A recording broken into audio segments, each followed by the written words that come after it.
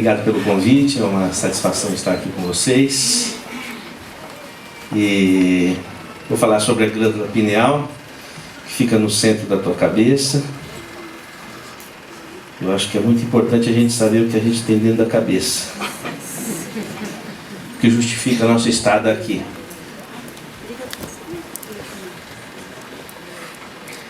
Agora é interessante que eu fiquei refletindo o que tem a glândula pineal a ver com aspectos socioambientais, né? E tem tudo a ver. Porque a pineal fica bem no centro do cérebro. Você vai encontrar a pineal desde a pineal filogeneticamente é muito antiga. Peixe tem pineal, por exemplo. E quando a cabeça do animal é translúcida, a pineal tem retina, como a retina dos olhos, e capta a luz de forma direta. A nossa cabeça, por não ser translúcida, a pineal ela teve uma transformação. Ao invés de captar luz, ela capta o magnetismo de forma direta, porque o magnetismo transfixa a caixa craniana, e a luz é captada pela retina dos olhos. Da retina porque nem tudo que você capta pelos olhos vai formar imagem. Parte da luz que você capta vai para regular a pineal. Uma das formas de regulação da pineal é a luz. Então a luz entra pela retina, vai pelo nervo óptico até o hipotálamo. O hipotálamo fica próximo do céu da boca. Dá uma sentida. Fica um centímetro acima. E do hipotálamo desce para o pescoço um nervo e forma um gânglio, chamado gânglio cervical superior. E desse gânglio vai um nervo, e aí entra no meio do cérebro e inerva a pineal, que é o nervo do conário. Eu só estou devolvendo para vocês o que é de vocês. Então, por essa trajetória, a luz vai regular a pineal. Toda a estrutura que regula a pineal é chamada Zeitberger. Então, por exemplo, uma das estruturas que regula a pineal é a lua. Só que a lua vai regular a pineal não é pela luz, é por mecanismos semelhantes ao, por exemplo, como o mar fica de maré cheia ou de maré baixa, conforme a lua, vamos dizer assim, cicla, não é? Então a pineal também é sensível à lua. E a lua é o Zeitberger que regula os hormônios reprodutivos e sexuais. Por isso que uma mulher, ela tem, a gravidez tem 1 ano lunar certinho.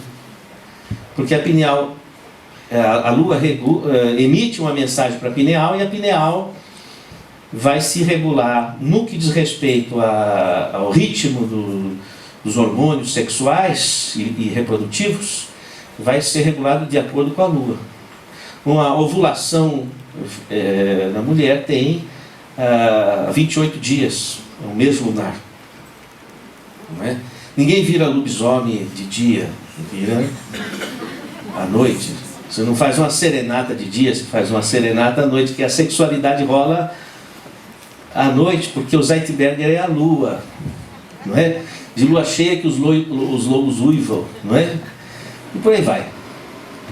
E então, esse comando, que é chamado comando mensal, lunar, ele é um Zeitberger também de comando da pineal e comando do ritmo do organismo. O Sol, comando circadiano, vigília e sono. Por exemplo, quando abaixa a luz assim, 20 minutos de luz baixa, a sua pineal já começa a produzir mais melatonina, que é um hormônio. Aí essa melatonina, ela dá sono, por aí vai. Entendeu? Então a glândula pineal, ela vai ser responsável por captar as ordens rítmicas astrofísicas, para que nós estejamos conectados com a mesma fonte e haja uma coordenação entre os seres vivos. Então, os nossos organismos, eles funcionam sincronizados a partir desses Zeitbergers. E assim também os animais. Então, nós estamos em sincronicidade com a natureza, porque nós captamos as ordens de comando rítmico das mesmas fontes. E aí nós traduzimos essa fonte para o nosso organismo de uma forma equalizada. Estou sendo claro na questão? Então, a glândula pineal, ela nos conecta com a biosfera. Ela faz com que a gente responda de uma forma uniforme e coordenada, referentemente às transformações astrofísicas. E isso nos coloca em sincronicidade rítmica, e cada espécie tem a sua ritmicidade, e assim a natureza se compõe.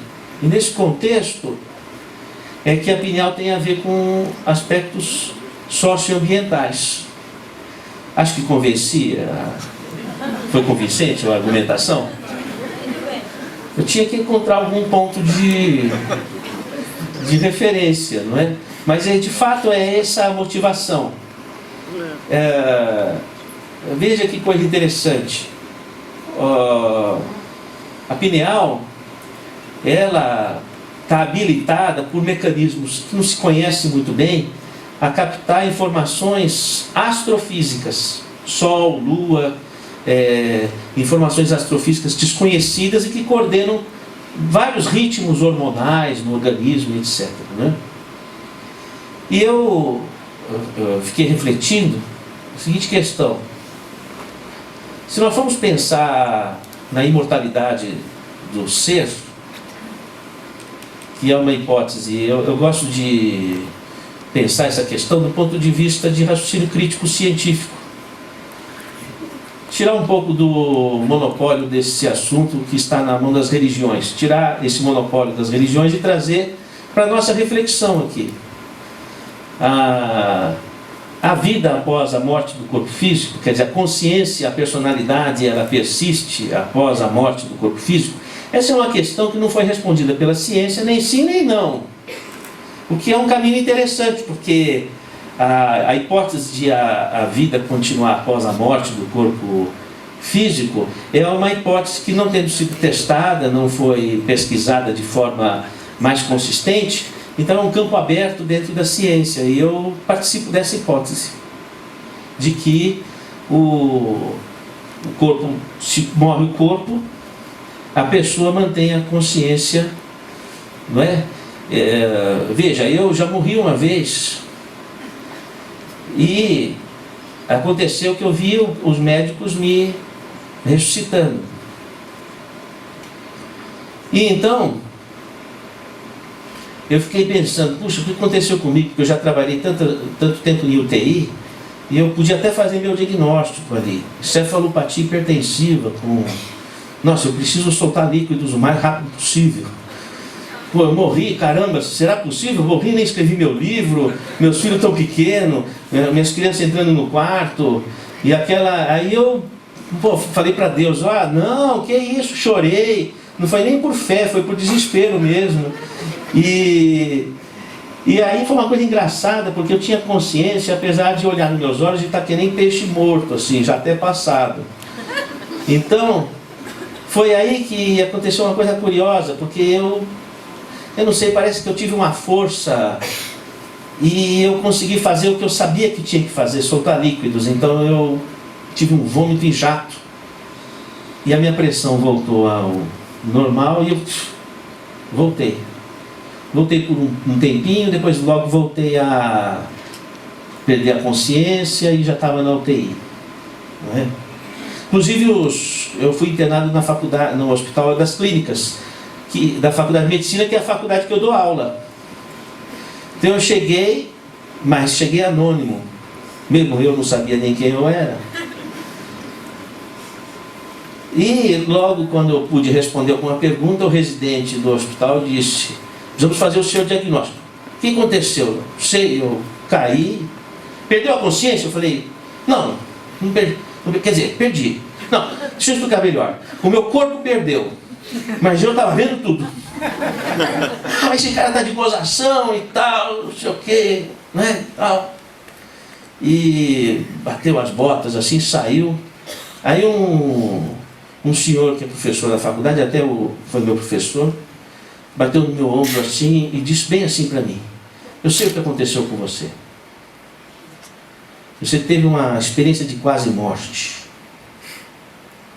Vou lhe dar um telefone de um médico, professor aqui da faculdade, que você precisa conversar com ele. E me deu o meu telefone para mim mesmo.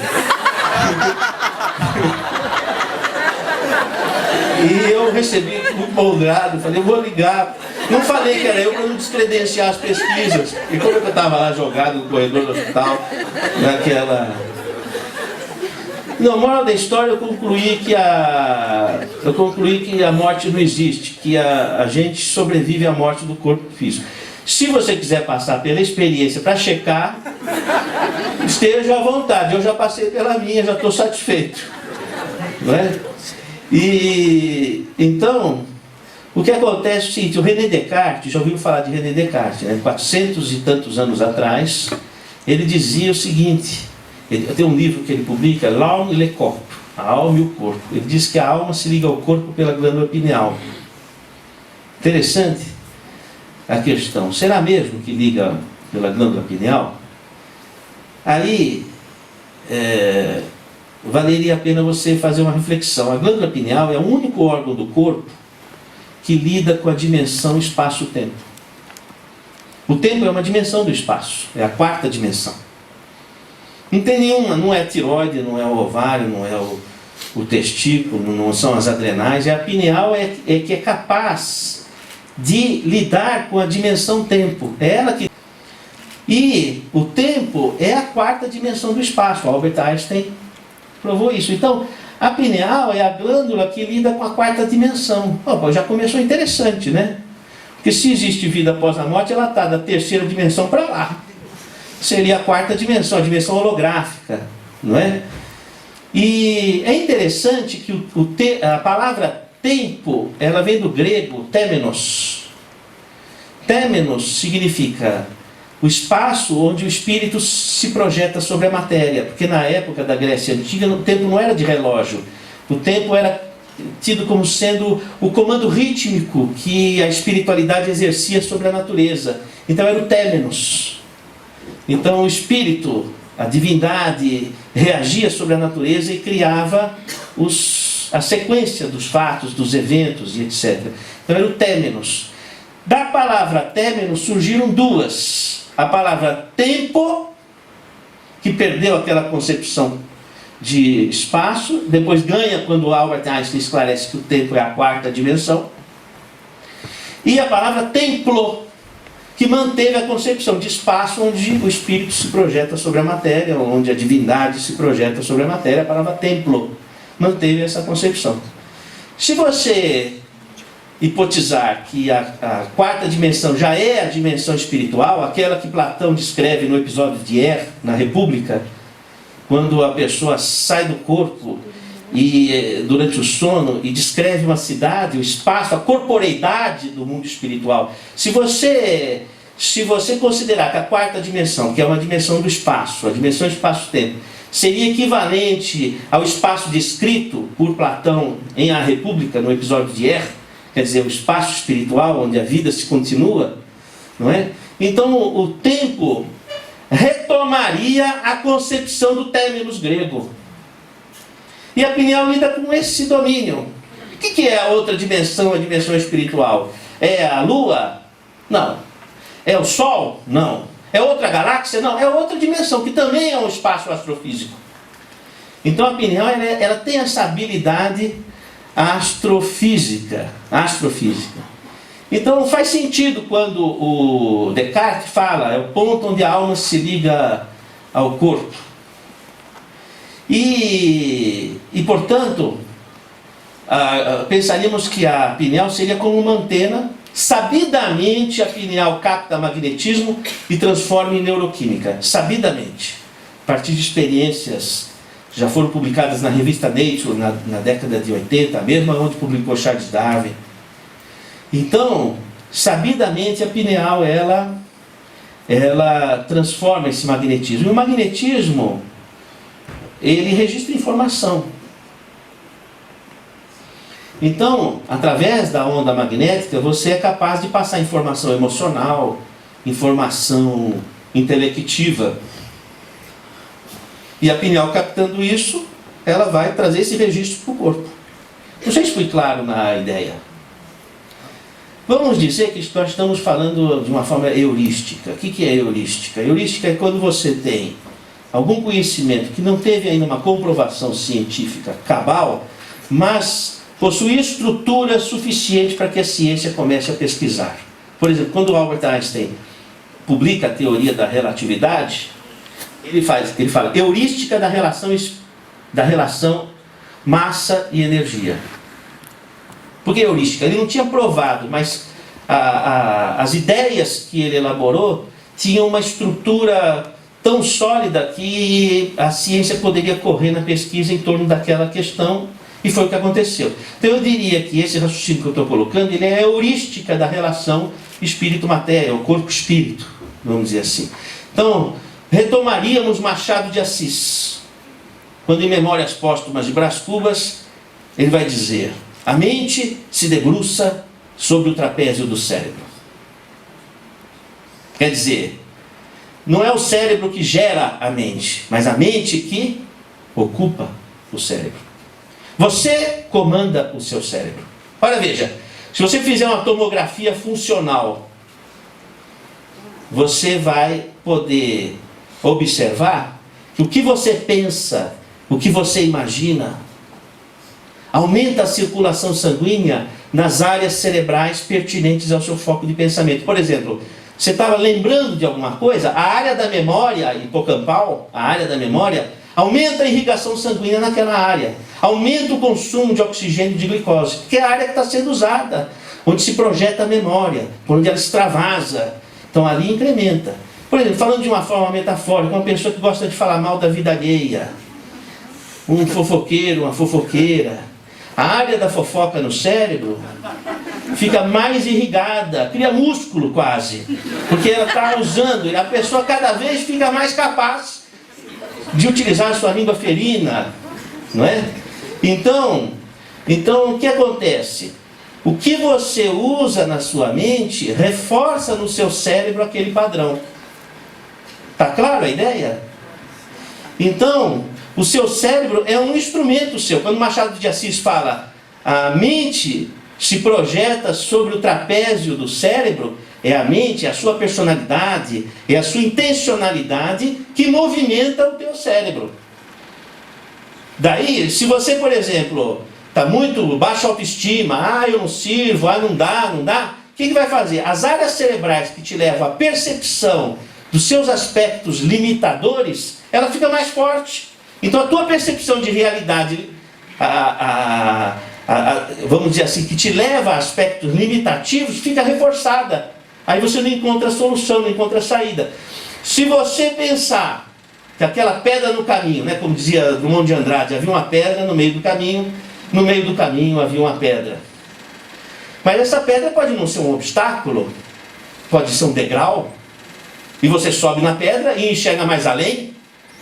Então, uma pessoa que enxerga o lado positivo daquilo que é difícil, daquilo que aparentemente é um obstáculo, ela vai estar reforçando no cérebro a abertura da circuitaria nervosa que te permite enxergar soluções e encontrar aspectos construtivos na realidade que vive. O cérebro fica esperto para abrir toda a circuitaria de percepção e você enxerga respostas onde antes você não enxergava. Bom, o que está acontecendo? Você está começando a assumir domínio do teu cérebro. Pensar, imaginar, provoca alteração no cérebro. Antigamente pensava-se que a imaginação era como uma realidade virtual, como uma imagem de um espelho destituído de representatividade física, mas Alice atravessou o espelho. O pensamento, que é uma energia. Por que o pensamento é uma energia? Porque o pensamento, quando você pensa, se há consumo de glicose, se há movimentação microcirculatória no cérebro, então o pensamento movimenta a matéria. Toda força que desloca a matéria é energia. Então, fisicamente, o pensamento é concebido como energia. E essa energia é um produto da tua personalidade, da tua volição, da sua vontade. E essa vontade vai acionar no teu cérebro os circuitos de percepção que você está buscando. Muito importante saber o que a gente quer. Já Fernando Pessoa se preocupava com a questão. Dizia ele: nasci sem saber falar e vou morrer sem ter sabido o que dizer. Sou como uma abelha no campo sem flores. A gente precisa saber para o que a gente veio ao mundo. Qual é a sua missão? A sua missão é algo mais do que a sua obrigação, da construção da sua base de cidadania. Vai um pouco além disso. É o seu contributo para a humanidade. É aquilo que contribui para uma humanidade justa e fraterna. É o seu contributo para isso. É o algo mais que você realiza. Quando você encontra esse foco dentro da sua vocação e aptidão, você tem aquela euforia saudável de viver e o teu cérebro reage abrindo a circuitaria nervosa que te leva à percepção construtiva de toda a realidade que te cerca, ainda que essa realidade seja o desafio de uma pessoa difícil, de uma relação difícil, de uma doença, de um problema financeiro, de um problema interior, seja o que for. Então, você tem um domínio sobre a tua estrutura cerebral.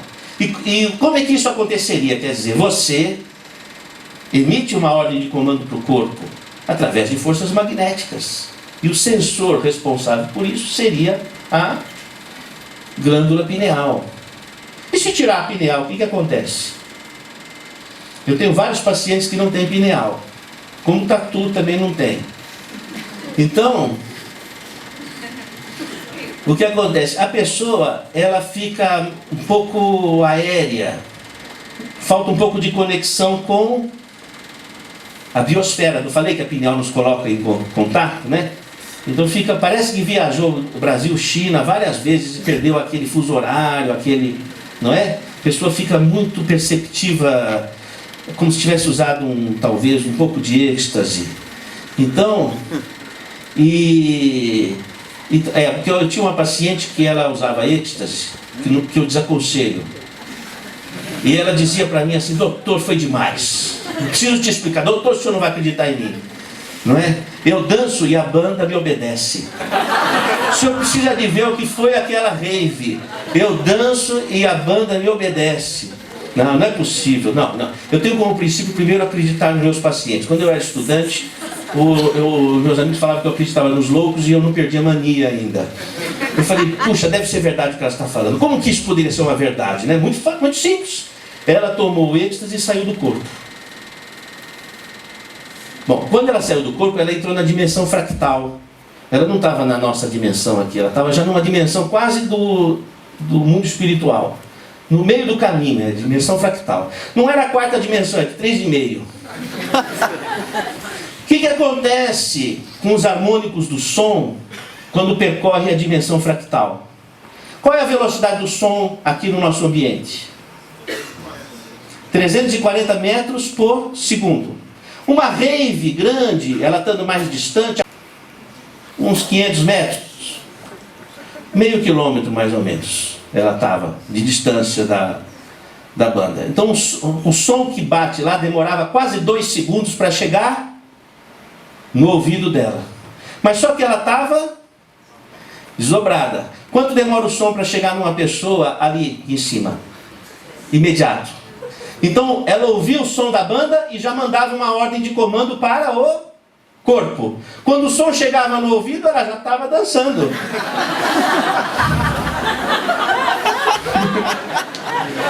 Qual era a sensação dela? Pô, eu estou dançando, a banda comanda. Eu comando a banda? E ela falou: foi bárbaro aquilo, não é? Isso acontecia com os iogues. 5.000 anos antes de Cristo, os iogues, eles eram um povo que tinha o domínio do cavalo.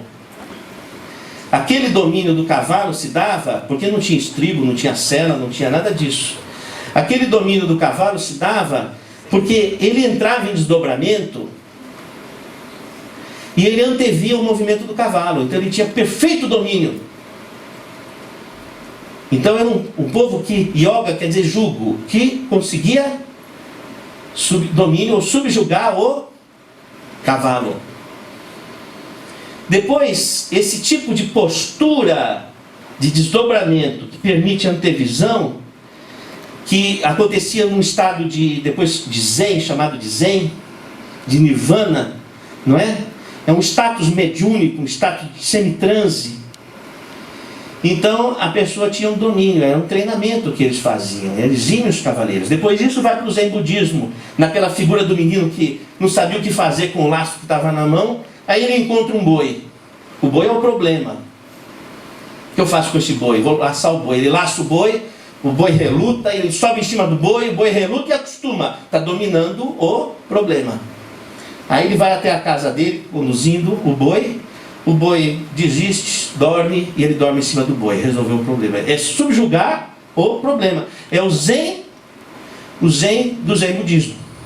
Não é? Daí Jesus Cristo fala, meu jugo é leve, quer dizer, minha yoga é leve, meu fardo é suave. Porque naquele estado de transe, de desdobramento, onde o amor fulgurava, ele tinha domínio sobre as coisas. Fácil. Como o yogi tinha domínio sobre o cavalo, daí jugo, não é? Então, acontece que a moça com o êxtase, ela não tinha domínio de nada, ela estava meio confusa. Mas se ela soubesse fazer a mesma coisa que o êxtase, mas sem precisar do êxtase, porque o êxtase te leva para o transe, mas você não sabe voltar. Esse é o problema. Agora, quando você vai por você sabe voltar. E esse mecanismo todo tem a ver com a glândula pineal, que faz essa ligação e tem uma elasticidade. E mais do que isso, a pineal ela é uma antena, ela pode captar e você sentir o que o outro sente. Ou pode captar uma personalidade de uma pessoa que já morreu. Como é que é isso? Machado de Assis também vai explicar em O Alienista, vai cair no vestibular. Simão Bacamarte, o psiquiatra, ele vai dizer para o seu discípulo, né? Porque Simão Bacamarte ele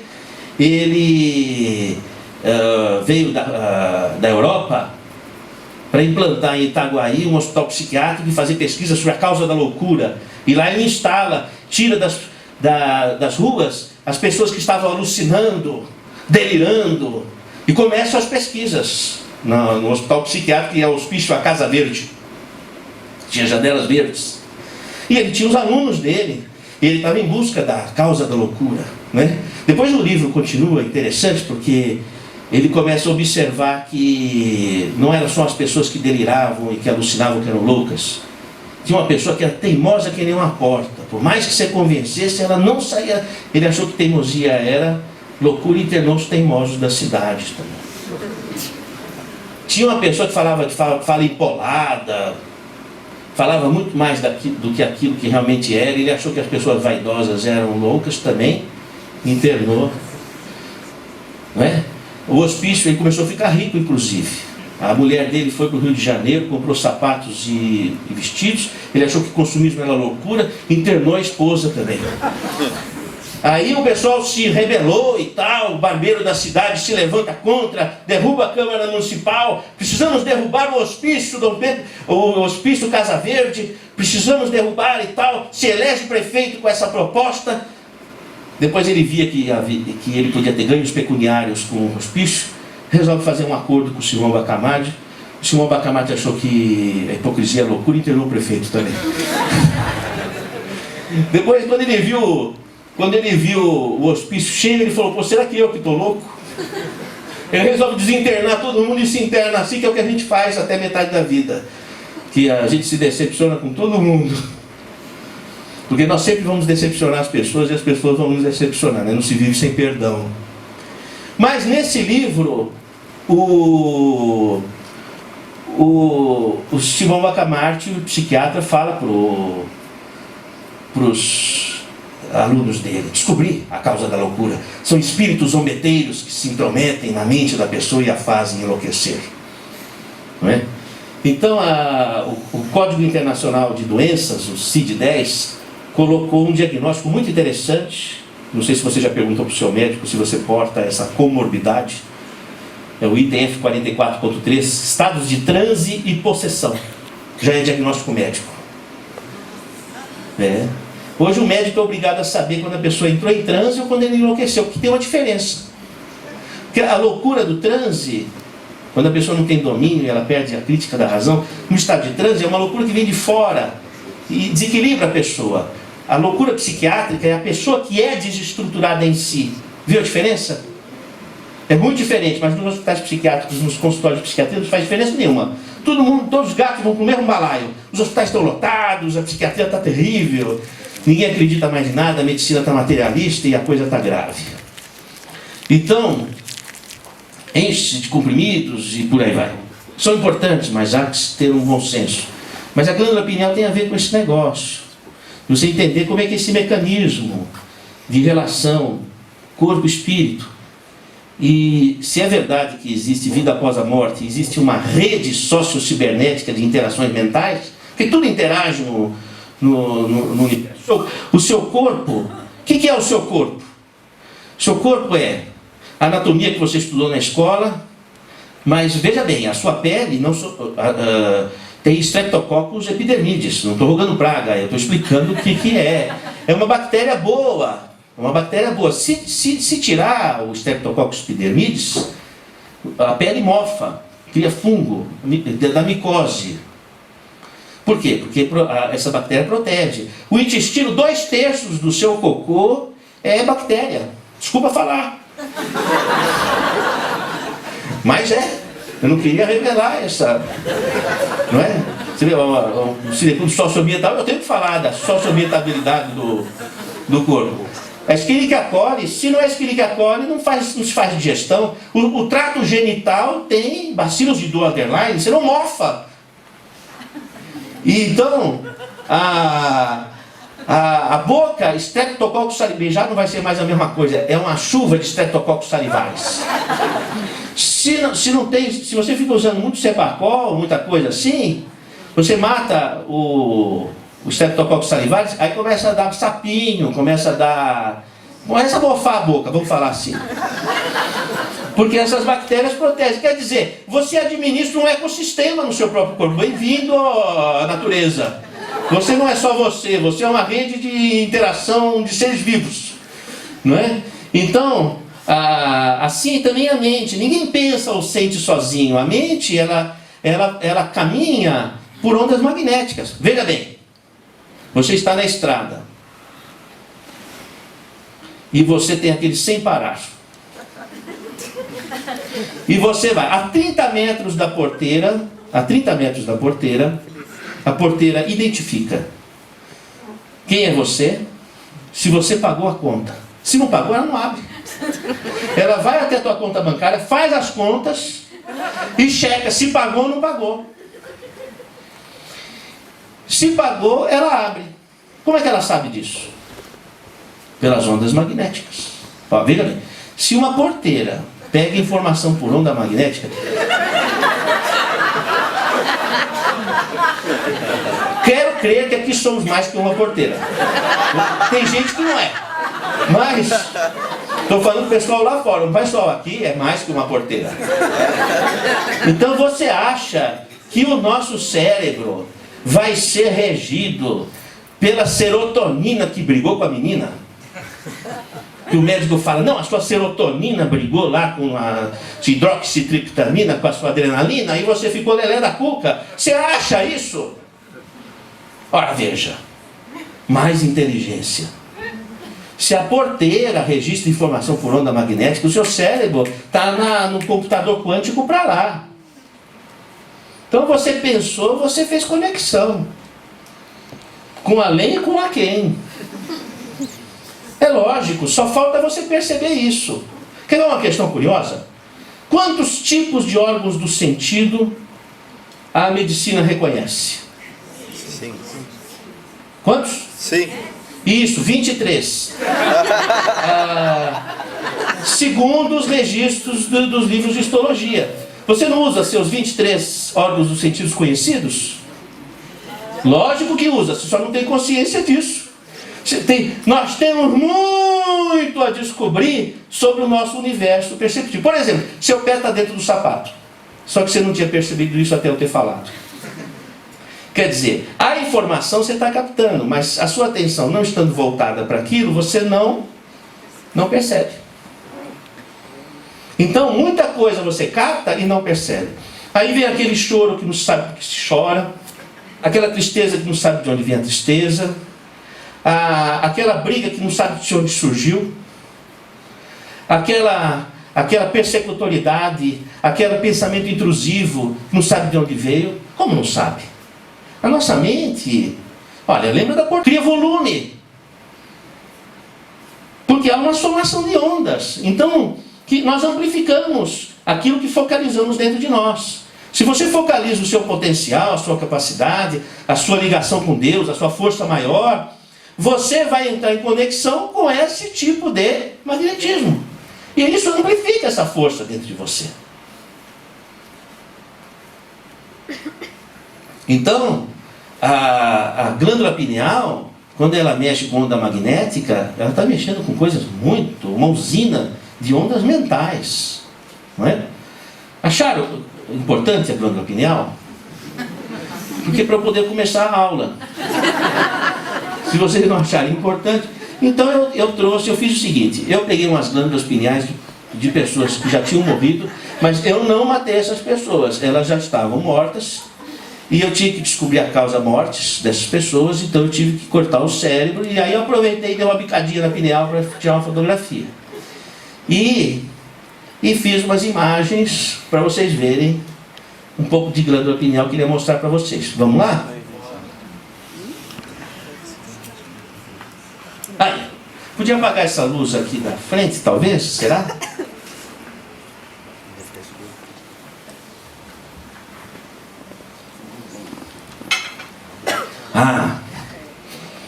Leila.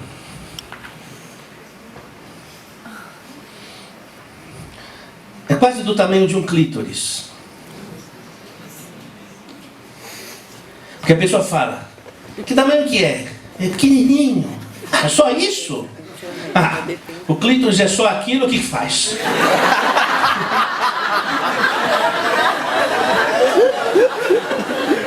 Não, eu tenho que defender o tamanho da glândula pineal.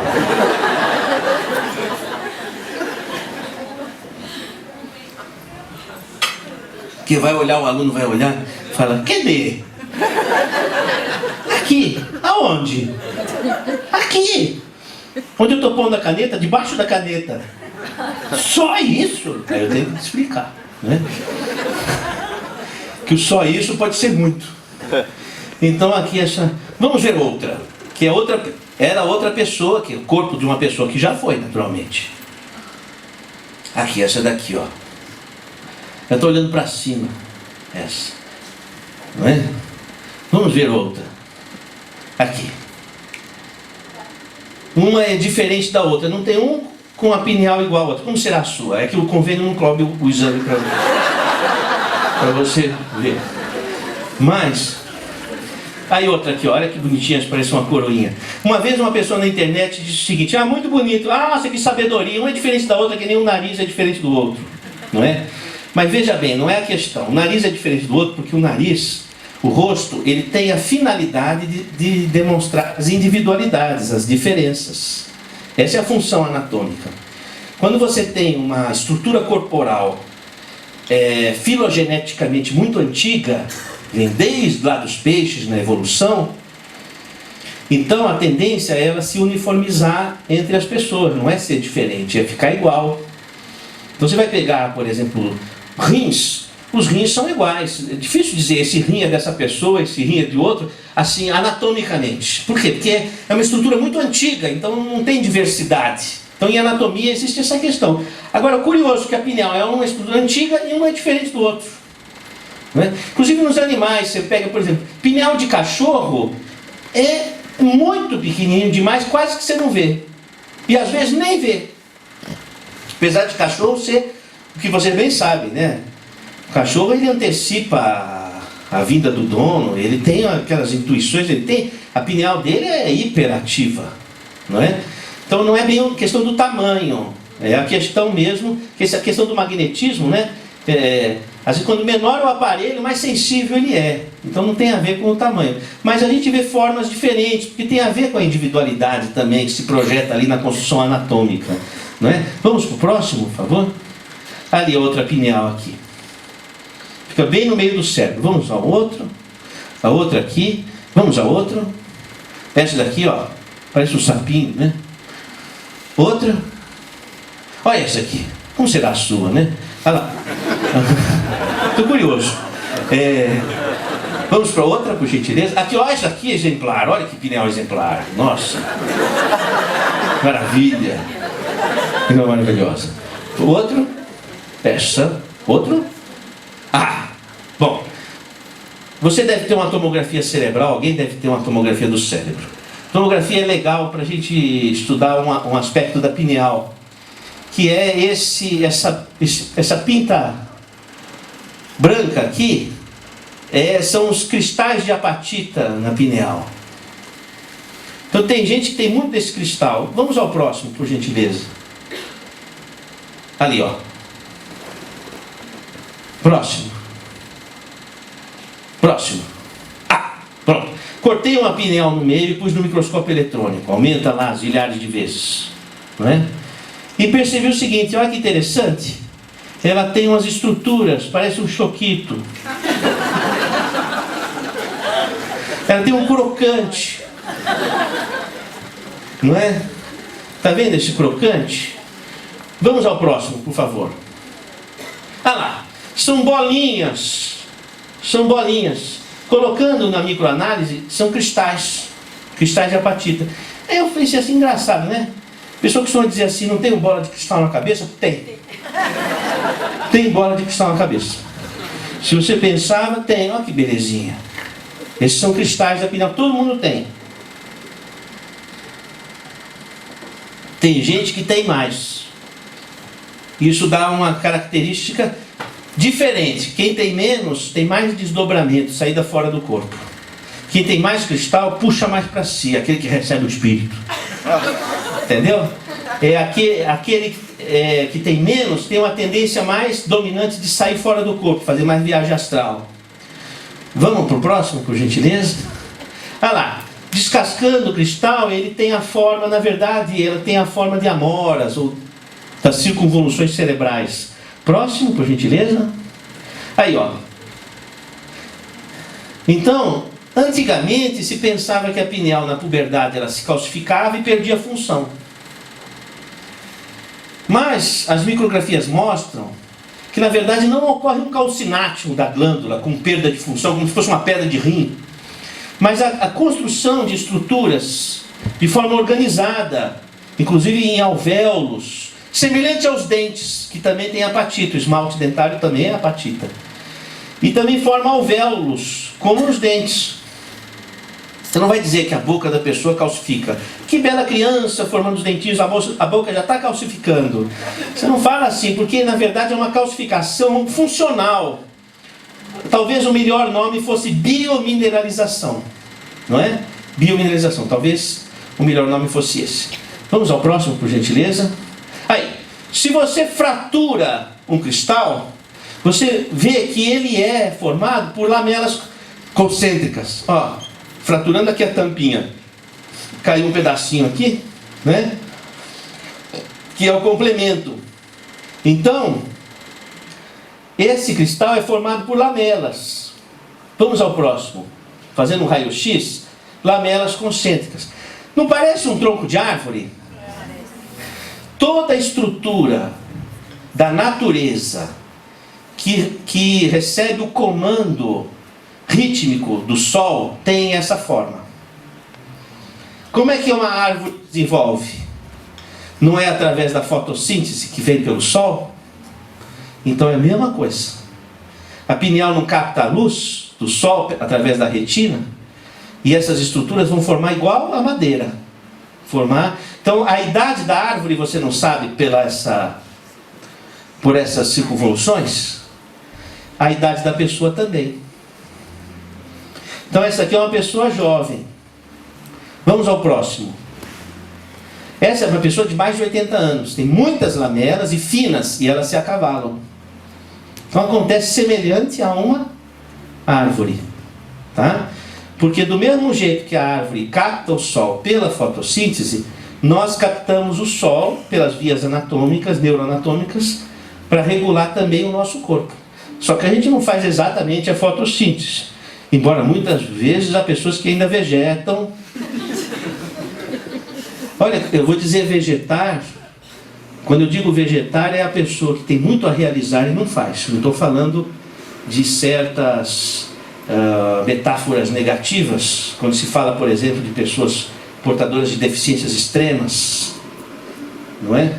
Porque a pessoa portadora de deficiências extremas é um espírito lutando com um organismo com expressões de percepção que nós desconhecemos.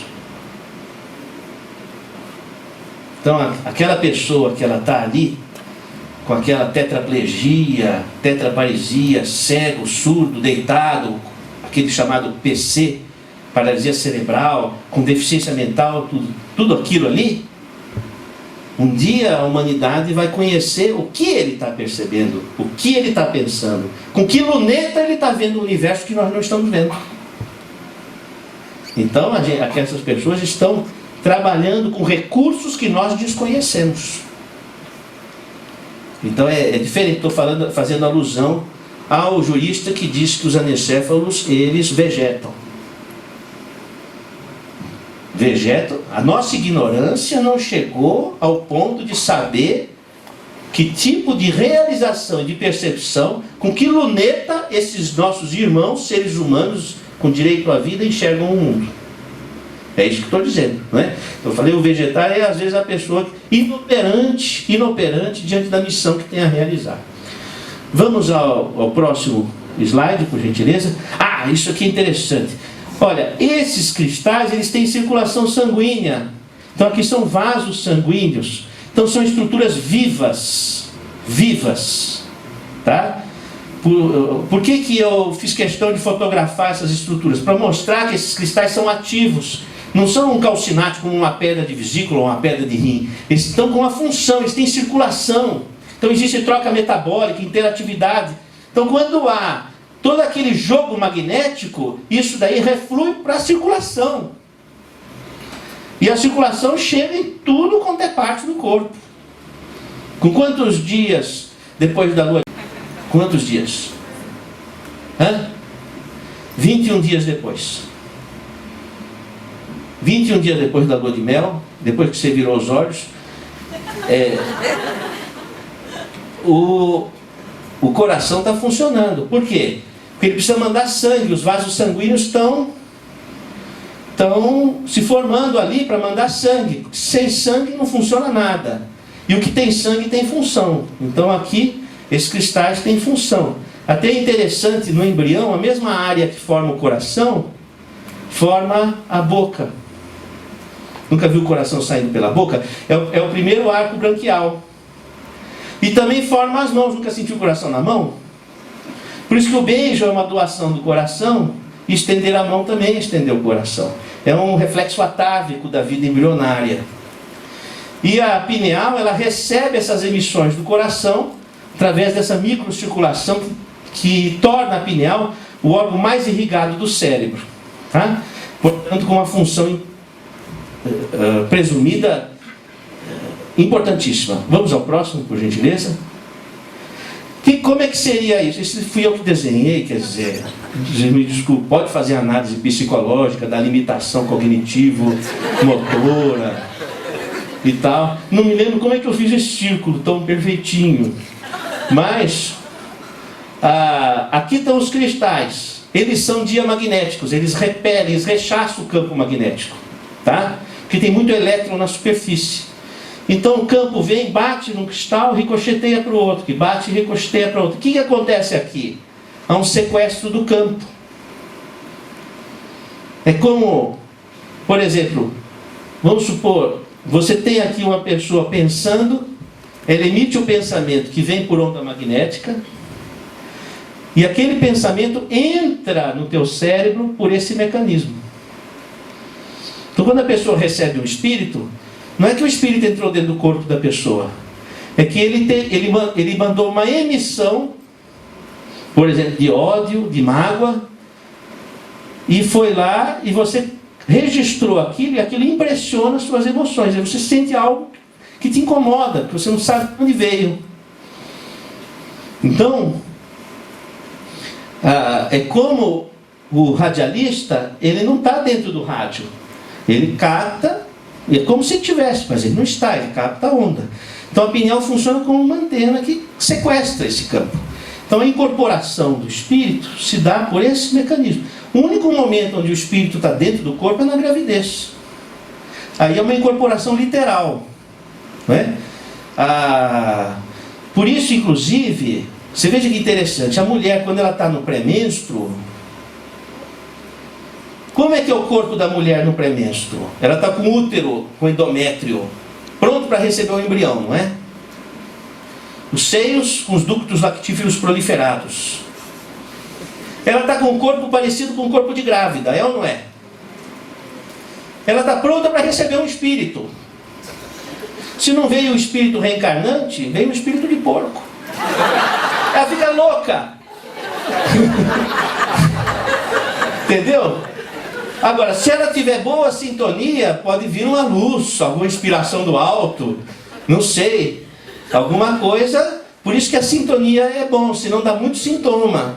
Que a pessoa, a mulher no pré-menstruo, ela está captante.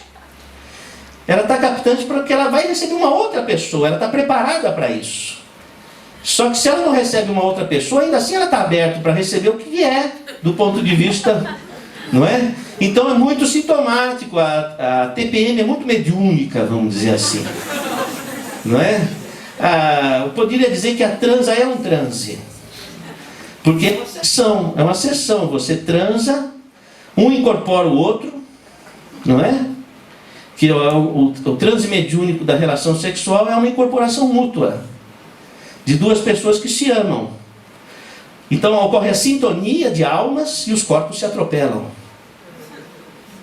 E aí depois disso pode vir a materialização de um espírito que entra dentro do útero. Começa ali a desenvolver-se. É uma sessão espírita. Eu não quero estragar o prazer de vocês, mas depois pensa nisso. Não, aí é melhor nós resgatarmos Fernando Pessoa novamente, quando em Alberto Caeiro ele vai dizer assim: quem pensa está doente dos olhos, a vida não foi feita para pensarmos nela, mas para estarmos de acordo. Né? Vamos ao próximo, por gentileza. Bom, o que acontece? Quando a pineal capta, ela vai mandar aquela emissão, pois ela captou uma onda de mágoa. A pessoa tem amargura, ela capta a mágoa, porque é afinidade. Aí aquilo pode impregnar o lobo frontal, ela começa a ter ideias, começa a delirar, porque quando a pessoa tem mágoa, ela desconfia de quem ela está magoada. A mágoa gera desconfiança. É uma sequência assim. Se você não ocupa o espaço que você tem que ocupar, realizando o que você tem que realizar, entendeu? Então você fica com a baixa autoestima, porque você não está realizando a tua missão. Aí começa a abrir espaço para a mágoa. Você vai cobrar do outro, que o outro realize aquilo que você gostaria que ele realizasse. Você projeta. Aí aquela mágoa gera desconfiança. Aí pronto, aí criou, não é? Então o lobo frontal fica impregnado de ideias negativas. Bom, se a pineal capta e ao contrário disso vier para o hipotálamo, a pessoa pode ter alteração das áreas de comportamento que transitam pelo hipotálamo, do sono, a fome, a sexualidade, a agressividade, a autoagressividade. Ou pode ter um descontrole dos hormônios, ou um descontrole autonômico. Então, que veio por uma interferência externa, uma interferência espiritual, provocando uma reação no cérebro que se reflete no organismo com desordens que o médico tem dificuldade de diagnosticar e de medicar. O psicólogo tem dificuldade de encontrar a raiz da questão, porque falta o entendimento desse outro sistema que é o sistema espiritual, esse metasistema que se articula com o sistema biopsicossocial. Vamos ao próximo, por gentileza. Aí, ó. Quem é a pessoa? É o corpo ou aquele que saiu do corpo? Não é? Então, essa é uma grande questão da ciência. Vamos ao próximo, por gentileza. Passando mais um. Outro. Outro. Aqui, ó. A pineal capta e aí vai para o hipotálamo e afeta esse quadrilátero psicobiofísico. Fome, sexualidade, agressividade ou sono. A pessoa começa a ter as bulimias nervosas, ou alimenta-se pelo que não precisa, a sexualidade com distúrbio. Eu não estou falando homossexualidade ou heterossexualidade, estou falando desencontros do entendimento sexual. O sono, insônia, a hipersonia, a agressividade, a depressão, a alta agressividade, o suicídio. Tem um suicídio a cada 10 minutos. Enquanto nós estamos conversando aqui, né, já houve pelo menos 6 suicídios. Então é uma coisa muito grave. E a pessoa, quando eu já salvei vários suicídios, a pessoa relata que primeiro ela começou a ouvir vozes, dizendo o que ela tinha que fazer. Depois ela começou a ver tudo escuro. Depois aquelas vozes ficaram irresistíveis e ela começou a assumir o comando daquela voz. E aí ela comete o ato. Então tem uma coisa espiritual. Esse negócio não é só para ser resolvido no comprimido. Sabe? Nós temos que pensar nessas coisas. Vamos para o outro, por gentileza. Acabou. Tem mais? Não? Tá. Bom, gente, eu me coloco à disposição para a gente conversar sobre o assunto, se vocês tiverem interesse na questão. Não é?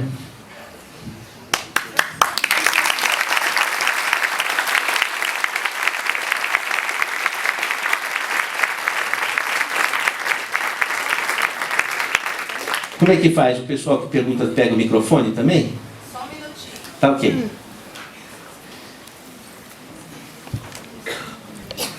Quando eu era criança, minha mãe me levava no orfanato, onde eram meus aniversários. Eu convivia com crianças muito sofridas. Tinha criança que tinha sido achada na lata do lixo.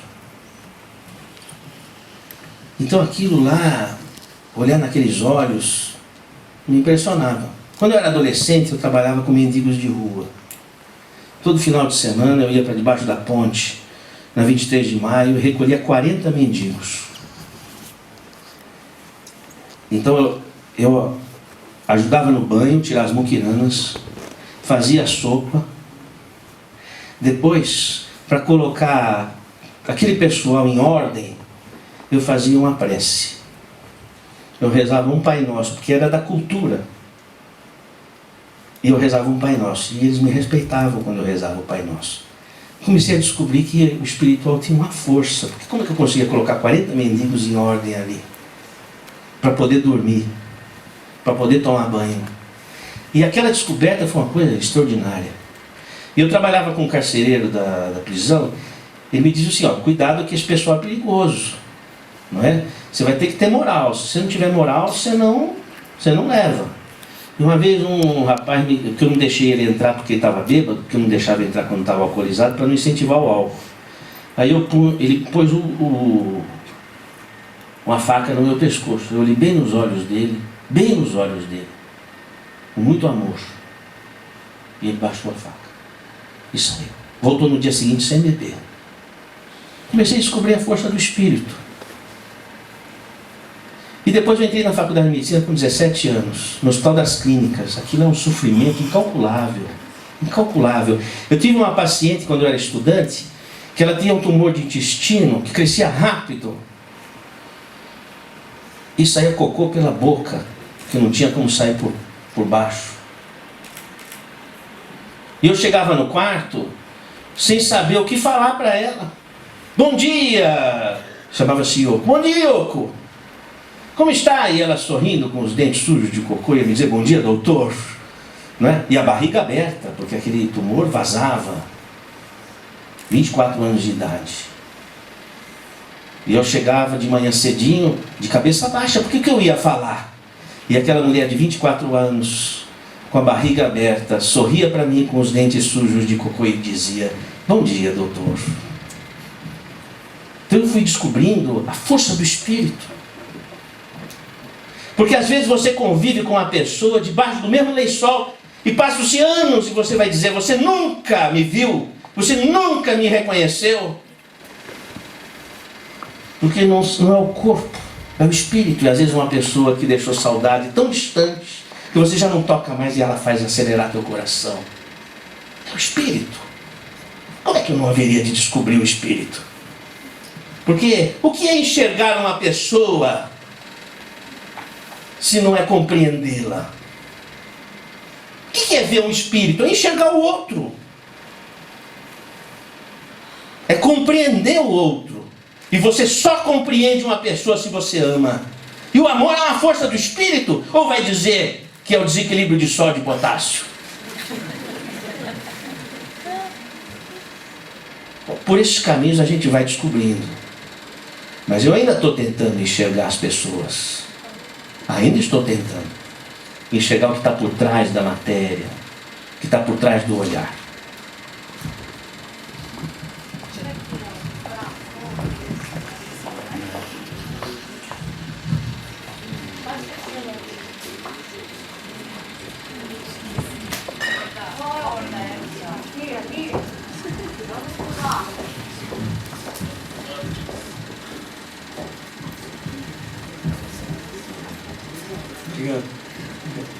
Boa noite. Boa noite. Na verdade eu vou aproveitar e vou fazer duas perguntas, mas eu acho que vai ser tranquilo. Também pretendo ser objetivo. O senhor comentou que a glândula pineal, sendo um órgão de captação eletromagnética, qual é a frequência de captação dela? Existe esse registro? Né? Porque se ele é um órgão de captação eletromagnética, considerando exatamente isso, captação eletromagnética, por que a nossa pineal ainda, por exemplo, não faz ligação de celular transmitindo zeros e uns e tal? O que eu quero dizer eu fico à vontade para brincar com o assunto, porque o celular também transmite eletromagneticamente, né? Então, assim, não estou dizendo que existem pesquisas que podem favorecer isso, mas qual é a frequência de captação da glândula, né? E a segunda é aquelas pineais que o senhor abriu, também tratando da relação com o espírito. O espírito daquelas pessoas que o senhor abriu a pineal, deixaram o senhor fazer isso? São brincadeiras, mas me interessam. Obrigado. Interessante a sua pergunta. É o seguinte: a respeito dos estudos frequenciais de captação da pineal, esses representam um assunto complexo que eu não domino. Até porque existem certos limites de compreensão da ciência nesse aspecto. Mas eu posso dizer para você, por exemplo, que 300 lux de luz branca, e luz é uma força eletromagnética, não é? Ela é antidepressiva, ela inibe a produção de melatonina da pineal. Então, no que diz respeito à luz, existem estudos sendo feitos com fototerapia, que não é exatamente aquilo que se chama cromoterapia do ponto de vista esotérico. É fototerapia. Pela intensidade e frequência luminosa, você inibir ou excitar a pineal e isso contrarregular os ritmos biológicos. Então, essa é uma frente de pesquisa que vem sendo feita para tratamento de doenças psiquiátricas e doenças hormonais, que ainda é incipiente, ainda está nos laboratórios, vamos dizer assim. Do ponto de vista de magnetismo, não é? Esse assunto é um pouco mais complexo, porque os estudos que são feitos em animais de laboratório e que não correspondem muitas vezes àquilo que diz respeito ao anima nobile, ao homem. Mas, vamos dizer, você falou do celular, é muito mais do que o celular, né? Tanta coisa cai na nossa caixa postal e a gente não pesca, entendeu? Por falta de se ligar. E eu acho que a gente pode fazer esse exercício de buscar na nossa caixa postal tanta coisa que as pessoas estão querendo dizer para a gente, que a vida está querendo passar para a gente, às vezes a gente não pesca por falta de ouvido ou por falta de abrir o celular e ver a nossa caixa postal. Quantos registros estão ali marcando o nosso corpo, a nossa consciência. E aí eu acho que a frequência que permitiria essa captação íntima é a frequência do amor, da solidariedade, do perdão, da simplicidade, da fraternidade. Eu acho que essa frequência seria perfeita para conseguirmos acessar essa caixa postal. Oi, aqui. Depois de ouvir você falar, assim, e também muito pela pergunta do colega, eu fiquei pensando um pouco numa situação que a gente se coloca meio vulnerável, assim, a gente fica recebendo esses estímulos, e se você for um pouco mais sensível, você acaba se relacionando com ele, e todas as respostas que você vai dar a partir desses estímulos que você recebeu. E eu fico me perguntando um pouco como é que a gente se relaciona com isso. É uma situação passiva, ou a gente tem que ter uma consciência disso, e a partir da consciência disso se relacionar com isso. É um pouco assim, que me preocupa talvez um pouco, assim, tudo isso que a gente está sendo exposto, sabe? Boa pergunta. Eu vou antes responder a segunda pergunta do colega, que é o seguinte: por um acaso, eu estava dissecando um cadáver, e havia comigo um amigo que morava no interior, que estava fazendo estágio em São Paulo. E ele me contou uma história curiosa. Ele disse o seguinte: naquele horário que nós estávamos fazendo aquela autópsia, funcionava uma sessão mediúnica num centro espírita que a mãe dele frequentava na cidade onde ele morava. E que havia uma manifestação que coincidia com a hora da autópsia. Muito estranha, que a mãe ligou para ele perguntando o que estava acontecendo, porque manifestou-se uma personalidade que dizia o seguinte, mais ou menos nesses termos: o que estão fazendo conosco? O que é isso? Por que estão abrindo os nossos corpos? E aí, essa personalidade olha e diz assim: mas interessante, e aquela luz que está vindo irresistível, não é? Duas pessoas chegando muito sérias, e aquilo apaziguou o espírito. E naquele apaziguamento ele entrou numa sintonia favorável, e ele enxerga um túnel de luz e ele sai. E aí ele manifesta, hipoteticamente, nessa sessão. O que se entendeu é o seguinte: como eu estava com uma postura de muita seriedade e respeito para com aquele cadáver, e de profundo agradecimento pela possibilidade que ele estava dando da medicina progredir e beneficiar a humanidade, e então aquilo criou uma psicosfera, e era sincero a minha posição, então aquilo criou uma psicosfera favorável. E essa é uma questão que eu sempre fiz questão de fazer.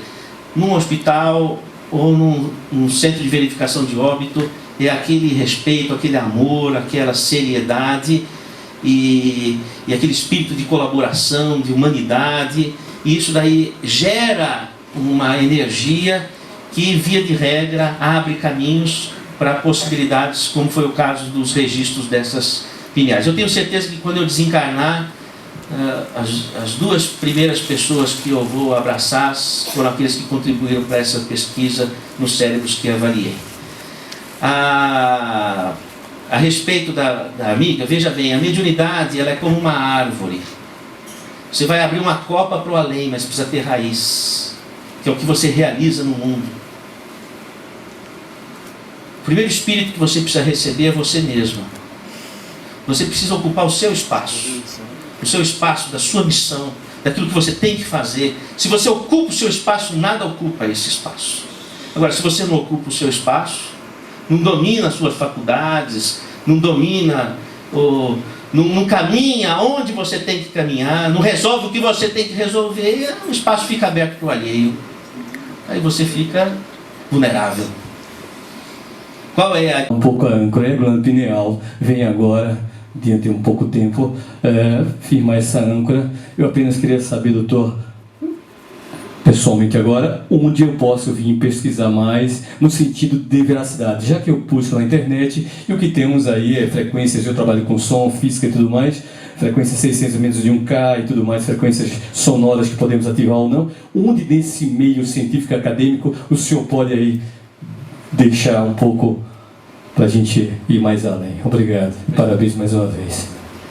Vocês sabem que a física, já que você falou da física, começou a se interessar pela vida a partir do movimento hippie. Foi o movimento hippie que arremessou a física para a pesquisa sobre a vida. Porque na época havia a televisão e houve a guerra do Vietnã. E a guerra do Vietnã entrou nos lares das pessoas. Então começou a haver uma noção de realidade do que representava a guerra. Então começou a haver uma repulsão à violência. Então houve as deserções, e muito das deserções da guerra do Vietnã vieram do movimento hippie. E houve vários estudantes das universidades na área de física que fizeram parte desse movimento hippie. E acontece o seguinte, a maior parte do orçamento da pesquisa na área da ciência é para fazer armas. Por isso que fatalmente vai haver guerras. Porque se faz armas, o maior orçamento da ciência é para fazer arma. Então, uma universidade que tem o seu maior orçamento para fazer armas vai descobrir a vida como? Porque você só vai descobrir a vida se você fizer pesquisa para a vida. Então, o Schrödinger, que ganhou o Prêmio Nobel de Física, foi um dos primeiros físicos que surgiu do movimento hippie, que começou a usar a física não para a guerra, mas para pesquisar a vida. Então você vai ter o que é a vida do Schrödinger, por exemplo, que acaba ganhando o Prêmio Nobel. Você vai ter aí toda uma linha de trabalho, por exemplo, o Amit Goswami, em pesquisa de vida após a morte. Aí você vai ter laboratórios curiosíssimos nos Estados Unidos, como o do Gary Schwartz, da Universidade do Arizona, laboratório de pesquisa sobre vida após a morte, através dos estudos da mediunidade e da comunicação com aparelhos, com grants do governo americano. Você tem as pesquisas do Ian Stevenson sobre reencarnação na Universidade de Virgínia. E você começa a ter, hoje, as 50 maiores e melhores faculdades de medicina nos Estados Unidos já tem no curso de graduação e pós-graduação a disciplina Medicina e Espiritualidade. E a Organização Mundial de Saúde já coloca que a saúde não é só não ter doença, tem que ter qualidade de vida. E qualidade de vida envolve o sistema espiritual. E diz, os médicos precisam pesquisar a semiologia do sistema espiritual. E aí começa a haver uma abertura imensa. Você sabe que tem mais pesquisa científica na área médica sobre espiritualidade do que sobre o efeito do exercício físico na saúde? Pega o PubMed, faz um Medicine and Spirituality. Tem batalhões de pesquisa sobre o assunto. Só que não sai no Jornal Nacional, não sai no Faustão, não sai na Novela Globo, nem sai em nenhuma rave. Então, você não fica sabendo. Então, e acontece que existe uma conspiração do silêncio na nossa universidade que é corporativa, né? 5, 6 pessoas decidem o que é a verdade. Pronto. Entendeu? E ninguém aprende nada, fica todo mundo ali fechado naquele circuito, psicologia do ratinho, entendeu? E por aí vai, não é? Então, nós temos que revolucionar isso, nós temos que repensar essa ciência. Pessoal, tem várias pessoas aí querendo fazer perguntas, a gente adoraria ficar num bate-papo mais prolongado, mas a casa tem um horário. A gente vai colocar só mais uma questão, eu peço desculpa aos vários inscritos, mas a gente vai ver no segundo semestre, né, Danila? Repetir aí o bate-bola, a gente vai encerrar aqui com uma pessoa que está inscrita desde o começo. Obrigada. Doutor, minha pergunta é sobre os pensamentos. Você disse que os pensamentos eles movimentam matéria dentro do processo cerebral e por isso eles geram energia, eles são energia. Depois você colocou que eles se movimentam por afinidade, aí num campo mais metafísico. Eu queria saber se dessas duas colocações a gente pode entender que os pensamentos, por existirem enquanto energia e por se movimentarem por afinidade, se eles seriam instâncias autônomas que estariam trafegando ao nosso redor e que por exemplo, um poderia passar para o outro. E isso explicaria uma série de coisas como sincronicidade, coincidência, e, enfim, essa é a minha pergunta. A questão, essa não é uma questão metafísica, é uma questão biofísica ou psicobiofísica, tá? Porque é por ondas magnéticas. E as ondas magnéticas, elas entram em sincronicidade ou não, conforme o padrão. Então, nós criamos uma psicosfera. Por exemplo, existe uma psicosfera de interesse nesse grupo. Existe uma empatia. Então, é uma psicosfera que está sendo criada aqui. Uma psicosfera de esperança ou de perspectiva. Então, esse território mental, ele foi criado, ele é uma estrutura. E essa estrutura reage no sistema. Por isso que é importante a gente cuidar do pensamento, cuidar das emoções, da palavra, da atitude, como a gente cuida de um jardim. Aí a gente constrói a nossa realidade. A nossa realidade é uma construção de atitudes. O que é o karma? Karma quer dizer atitude. Você sai do karma se você muda de atitude. Então essa transformação de atitude na direção do amor, que é o perdão, é a humildade, a solidariedade, é a simplicidade, é a fé, é a coragem, é a alegria. Esses instrumentos de vida, quando a gente projeta nas nossas atitudes, nas nossas palavras, a gente constrói, e a nossa realidade se reflete, né, a partir dessa construção.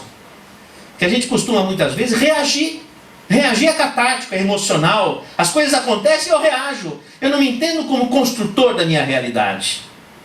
E fico como uma estrutura passiva e receptiva desse sistema. Mas não é assim. Você é ator da tua vida. E aí você, de acordo com a sua ação, com a sua palavra, com a sua atitude, você constrói o porvir.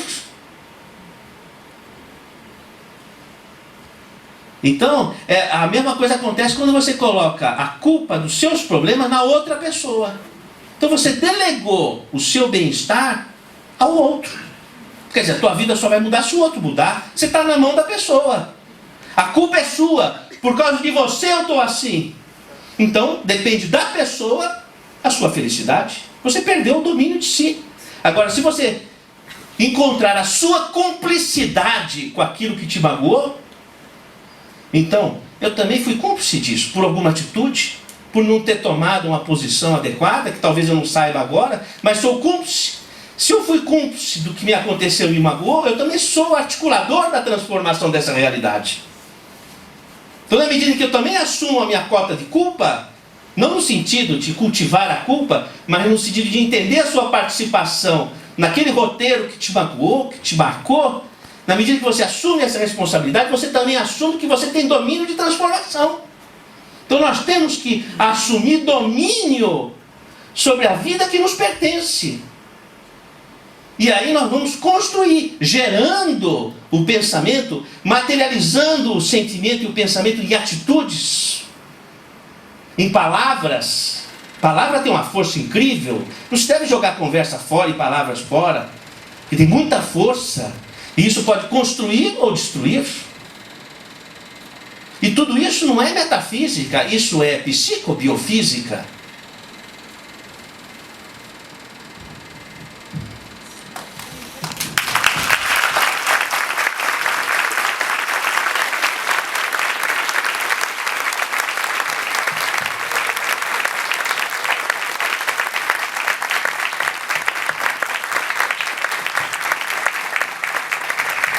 Olha, eu tenho um programa de rádio que eu chama Conexão Pineal. É um programa de rádio que na verdade é assim, é enxergar a vida de forma holográfica. A Conexão Pineal é tudo que representa essa conexão holográfica, né? É 1450 AM nas terças-feiras às 13 horas, ou pela internet, radioboanova.com.br, procura Dr. Sérgio Felipe ou Conexão Pineal. E aí tem uma sessão de perguntas dos ouvintes e tal, e a gente pode estar se comunicando pelo rádio, que eu acho bem legal. também é uma forma interessante de comunicação, de povoar aí, de boas vibrações o nosso espaço físico, né? Olha, eu sou muito grato à receptividade sobre esse assunto, eu fico muito feliz, porque sejam as universidades, sejam as empresas, nós estamos muito carentes de uma reflexão para uma nova atitude, muito carentes. E quando eu vejo pessoas aqui numa quinta-feira à noite, dispostos a ouvir esses assuntos, eu enxergo pessoas transformadoras. Porque errar porque a gente não conhece é perdoável. Mas agora eu jogo para vocês. Saber e não fazer não se desculpa. Tá bom? Obrigada, professor. Obrigada a presença de todo mundo. Venham às próximas sessões. Boa noite.